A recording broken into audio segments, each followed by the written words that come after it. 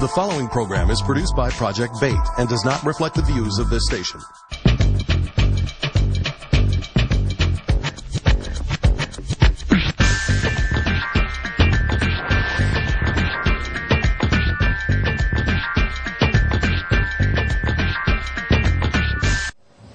I'm Mark Wells, and this is another Wells Report for My People.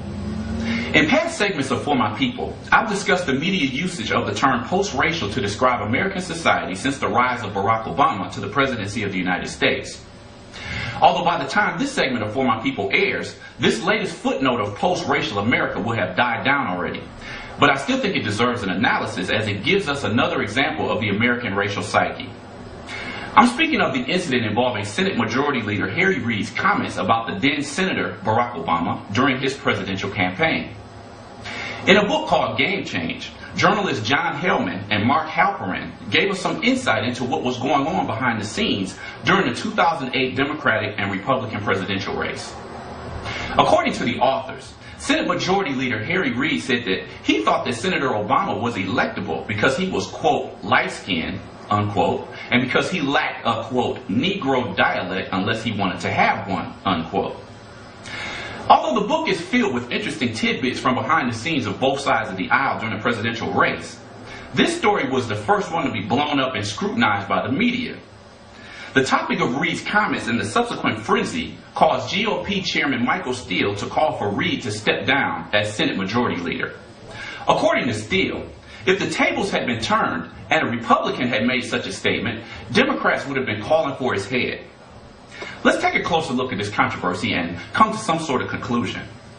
First of all, in regards to Steele, the GOP's token head Negro in charge, his argument for Reid's resignation is about as strong as a deck of cards.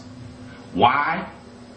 One of the main reasons that folks on the right are calling for Reid's head is because of the outrage that led to the resignation of Senator Trent Lott back in 2002. Back then, Lott made a statement that if America had elected the Dixiecrat Strom Thurmond to the presidency back in 1948, we, quote, wouldn't have had all of these problems over the years, unquote. Lott's comments were viewed as racially insensitive because at the time, Thurmond ran on a segregationist platform. The reason Lott's comments were so hard to defend was because given his past affiliation with pro-segregationist groups, it was difficult to argue that his comments didn't mean that he supported racial segregation. I would also like to apply Reid's statement that Obama lacked a Negro dialect unless he wanted to have one to GOP leader Michael Steele. In my view, Steele is in no position to raise a fuss about someone using a certain dialect if one chose to do so. This is the very same Michael Steele that announced he was planning a, quote, off the hook, unquote, public relations campaign. The very same Michael Steele that said Obama's stimulus plan was a way for some people to get some, quote, bling bling, unquote. When we consider Steele's conservative base, his obvious attempt to appeal to a younger, less white demographic comes off about as authentic as Pee Wee Herman at a Wu-Tang Clan concert. I don't have any problem with anything Harry Reid said because, frankly, he simply stated the truth. I have never met President Obama, but I'm sure that he doesn't speak to his boys in the same manner that he addresses the American people during a State of the Union address. Many of us who live in different worlds are able to seamlessly switch our demeanors and dialects to fit a given situation or environment. That's nothing new. Obama knew the image of himself that he had to sell to the American people in order to become president. I mean, let's get real. Which of these dialects do you think would be more impressive amongst voters for someone who was running for a major political office? First got involved, and I got involved not as his lawyer, but... For example, if you're an actor, high anger is one of the easier things to convey. You frown. Where you from? Southside Jamaica, you know what I'm saying? A lot of kids over there was doing their thing, selling them things on the corner, you know what I'm saying? Yo, son, what's up, man? Man, hold something. Let me start tapping niggas' pockets. For black political candidates, image is especially important considering the stereotypes and images of blacks that certain segments of our society continue to hold on to. Disgraced former Illinois governor, Rod Blagojevich, proved this a few weeks ago when he said that he was in fact blacker than Obama. In the February issue of Esquire magazine, Blagojevich argued that he was blacker than Obama because once upon a time he had shined shoes and grown up in a black community. In his statement, Blagojevich clearly associated poverty and certain types of jobs with black folk. But again, in mainstream Western societies, persons of African descent continue to represent the image of lower class status. This was proven in an episode of The Tyra Banks Show, where a group of viewers were asked to describe the status of two women, one black, one white, walking down the street with their 3 children.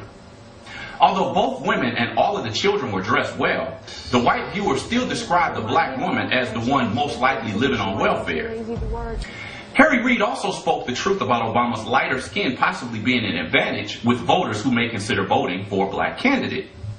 Several studies have shown that not only is there a difference between how whites and blacks are perceived in society, there's also a difference between how lighter skinned and darker skinned blacks are perceived.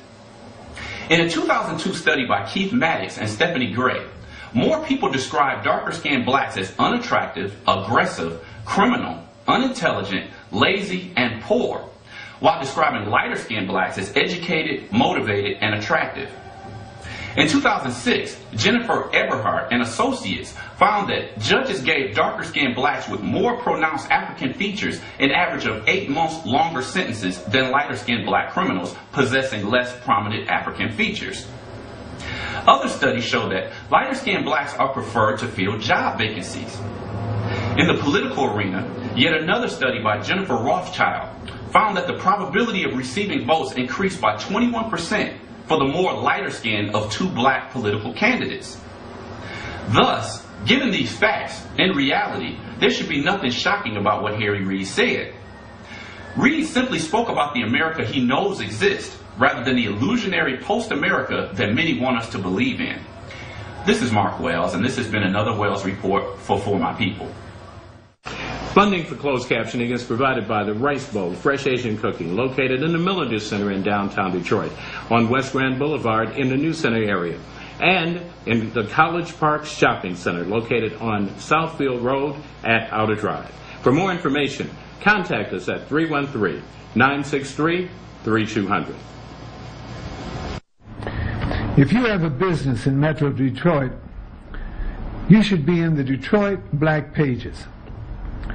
For info, call 961-3289. That's 961-3289.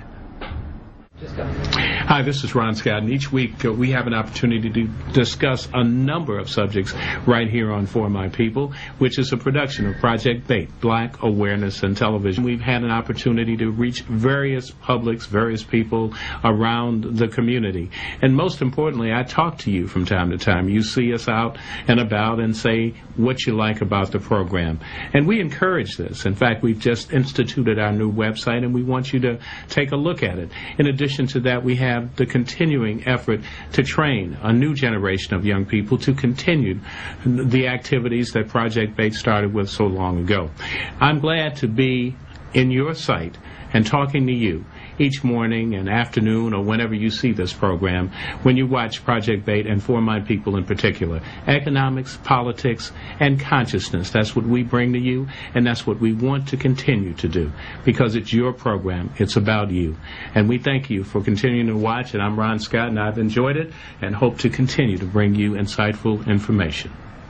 On Street Beat, we put a focus on the community. We simply set it out. We go back to the days of some of the earliest talk shows. I mean, we cover the issues that matter here in Michigan. You're going to hear on Street Beat things you won't hear on other shows. We provide critical analysis. It's a made-in-Michigan product. We try to get voices that you wouldn't see other places. I'm Carol Kane. I grew up on the east side of Detroit. I'm David Rambo, executive producer of For My People. I'm Stephen Henderson, host of American Black Journal. We're all made in Michigan.